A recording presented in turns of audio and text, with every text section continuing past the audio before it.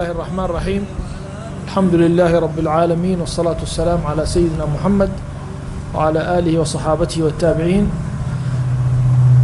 مواصلة في قراءتنا لروائع البردة وما فيها من المعاني اللطيفة والخفيفة،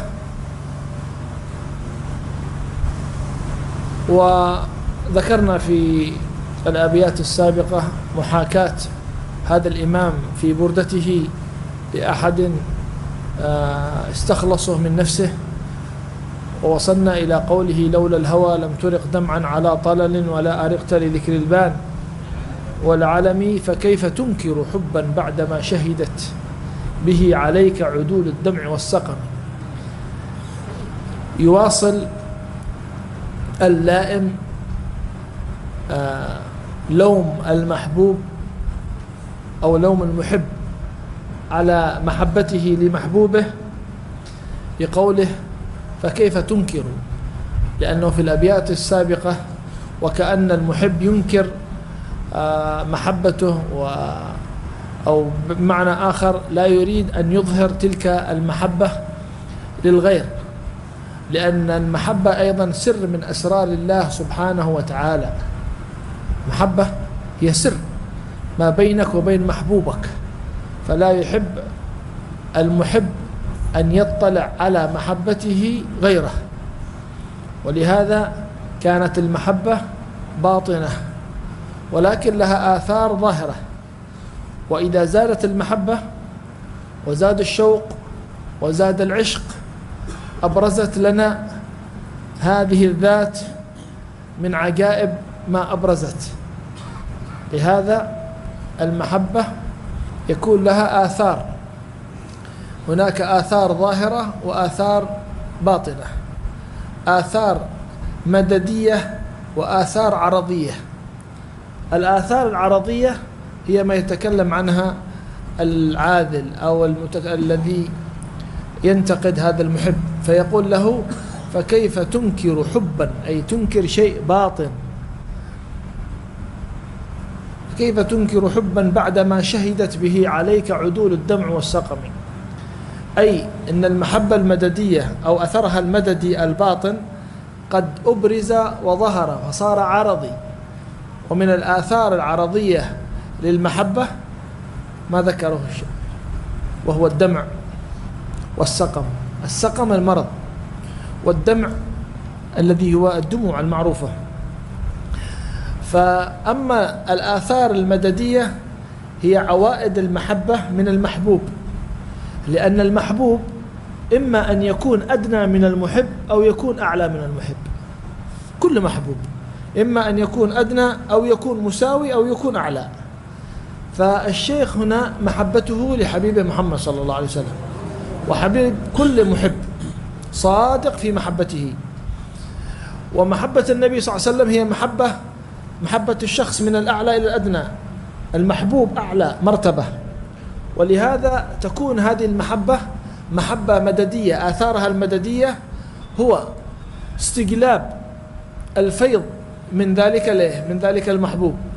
غالبا أن الإنسان الذي يحب، هذه الغالب المحبة، غالبا الإنسان المحب في سائر أكثر محبة الخلق هي محبة نسميها محبة تطلب من المحبوب أن ينفذ رغبات المحب، وهذه محبة ناقصة. أنت تحب من أجل أن يكون المحبوب خادم لك، لأنه إذا أحب امرأة يريد أن تكون المرأة خادمة له، إما أن تكون زوجة له تنفذ رغباته، سواء كانت رغباته الشهوانية أو غيرها. لكن المحبة الحقيقية قالوا ألا تكون لله، أن تكون للمحبوب، مش أن يكون المحبوب لك، أن تكون له، لا أن يكون لك. ومحبة هذا الإمام للنبي محمد صلى الله عليه وسلم ليكون المحب له ينفذ رغباته، هذه هي حقيقة المحبة. فالأمر المددي هي الطلب المددي من الباطن وأما الأثر العرضي هي الدموع والتعب والسقم. فالعاذل يقول للناظم: فكيف تنكر حبا، تقول أنك ما تعشق ما تحب، وأنت قد ظهرت عليك أو شهدت عليك عدول. شبه الدمع وشبه الوجد في غيرها منه، وكذلك شبه آثار ظاهرة بأنها شهود، والشهود عدول. فكيف تنكر حبا؟ أنت تنكر الآن في دعوة كأن هناك قاضي، وهذا القاضي يسمى قاضي العشق، في قاضي يسمى قاضي العشق، في قاضي جنائي ولا لا، وفي قاضي مدني. لكن في هذه الأبيات وفي محكمة المحبة يسمى هناك قاضي الحب، وقلت لقاضي الحب. فهنا كأن هناك قاضي منصوب، وهنا ادعاء، شخص يدعي على شخص بأنه محب، والشخص الثاني لا يريد أن يظهر تلك المحبة، فيقول له: أنا لست محبا. قال: كيف تنكر حبا وفي عليك هناك شهود؟ وهؤلاء الشهود عدول لا يحتاجون إلى تعديل، لأن الشهود العدول مجربين أصلا. الدمع مجرب، الدمع مجرب في أعين المحب، فكيف تنكر حبا بعدما شهدت به عليك عدول الدمع والسقم المرض؟ تجد المحب دائما سقيم ضعيف هزيل، ولا لا؟ لما ترى واحد ضعيف تقول له: مالك تحب؟ هكذا هزال. وكان بعض الصحابة وصل إلى محبة النبي صلى الله عليه وسلم، كما ذكر وردت في بعض الأحاديث بعض الصحابة رضي الله تعالى عنهم رأوه هزيل حتى وجهه مصفر. من ماذا؟ من محبته وعشقه للنبي محمد صلى الله عليه وآله وصحبه وسلم. المحبة ما هي الذي تتعب الإنسان، ولكن حقيقة الذي يتعب الإنسان المحب فراق المحبوب، أو خوف فراق، إما الفراق أو خوف الفراق. فتجد المحب دائما في حالة من حالات التعب. إذا كان محبوبه معه خشية من الفراق، وإذا كان محبوب غائب عنه أتعبه الفراق، وهو في الحالتين في حالة من السقم والحالة من البكاء. فقال: فكيف تنكر حبا بعدما شهدت به عليه عدول الدمع؟ ما تقدر تنكر لأنهم عدول، هناك بينة، والبينة في الشريعة 2 من العدول، وهذا حاصل الدمع والسقم. وأثبت إثبات آخر، يعني فوق الشهادة أو فوق العدول عاد معنى إثباتات أخرى.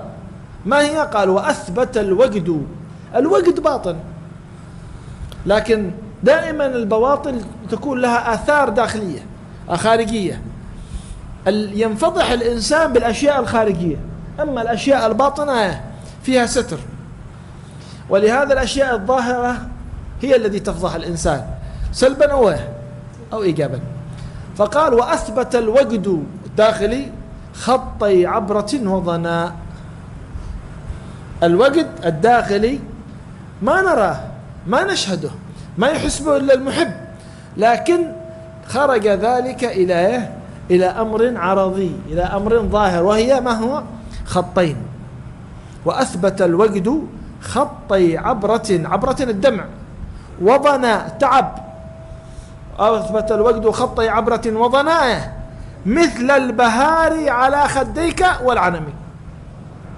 مثل البهار والعنم، البهار والعنم عبارة عن نباتين.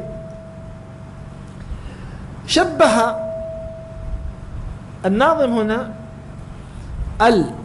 الخد بأن فيه مجريين من مجاري الدمع كالنهرين، وغالبا عندما يكون النهر جاري يكون ماذا بجانب النهر؟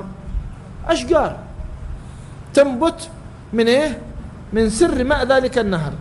وهنا يقول له بأنك قد ثبت هذا الوجد وأظهر في خديك خطين، هذين الخطين أحدهما فيه نبات البهار وأحدهما فيه نبات العنب، وكلاهما نبتة طيبة الرائحة تعطي جمالية وزينة لذلك المكان. فقد ظهرت طبعا غالبا لما يحصل نوع من العلامة في الوجه كما قلنا تحتاج إلى أشياء تبعدها، لكن لا، ذا زادت الجمال جمال وزادت المحب جمال، لأنها من نتائج المحبة وليست من نتائج المعصية وليست من نتائجها. قال سبحانه وتعالى سيماهم في وجوههم من أثر السجود. ولهذا الدمع عندما يخرج من الإنسان وخاصة دموع المحبة، لأن في دموع محبة وفي دموع تسمى دموع هيبة.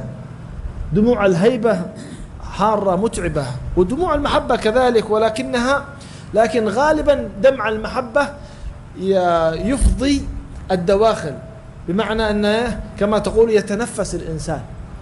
ولكن قال أهل المعرفة بأن الدموع إذا بقيت في العينين ولم تخرج على الخد كان لها على القلب أثر أقوى، وكان تأثيرها على القلب وتصفيته أفضل وأعلى، ولكن ما تخرج إلا إذا وصل الإنسان إلى حالة من حالات الضعف، القوة في المحبة والضعف الجسدي، حتى أنه لا يستطيع أن يسيطر على جسده، بخلاف بعض الصالحين. قالوا كان مرة أحد الأئمة من الأئمة الكبار، وكان يدار شيء من القصائد فتأثر الناس حتى بكوا وأبكوا من حولهم، وكان هذا الإمام في حالة من حالات الاستقرار والثبات، ما يتحرك ولا حركة، لا حركة جسدية ولا حركة دمعية. فالذي يرى يقول هذا قاسي من القلب، قلبه قاسي. قال فسألوا بعضهم بعد المجلس، قال له تحرك الناس ووجدت الناس وبكت الناس وأنت لم تتحرك. قالوا تحسب الجبال وترى الجبال تحسبها جامدة وهي تمر مر السحاب، يعني إذا كان الناس يتحركون بالظاهر فقلوبنا تتحرك بالباطن. مر سيدنا أبي بكر الصديق رضي الله تعالى عنه على رجل وهو يقرأ القرآن ويبكي، قال له هكذا كنا حتى قست قلوبنا.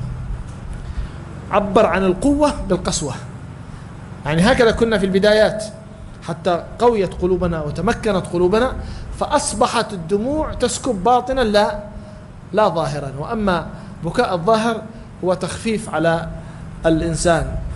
وفي هذا القدر بركة وكفاية، وصلى الله على سيدنا محمد وعلى آله وصحبه وسلم، والحمد لله رب العالمين. فاتحة إلى حضرة النبي.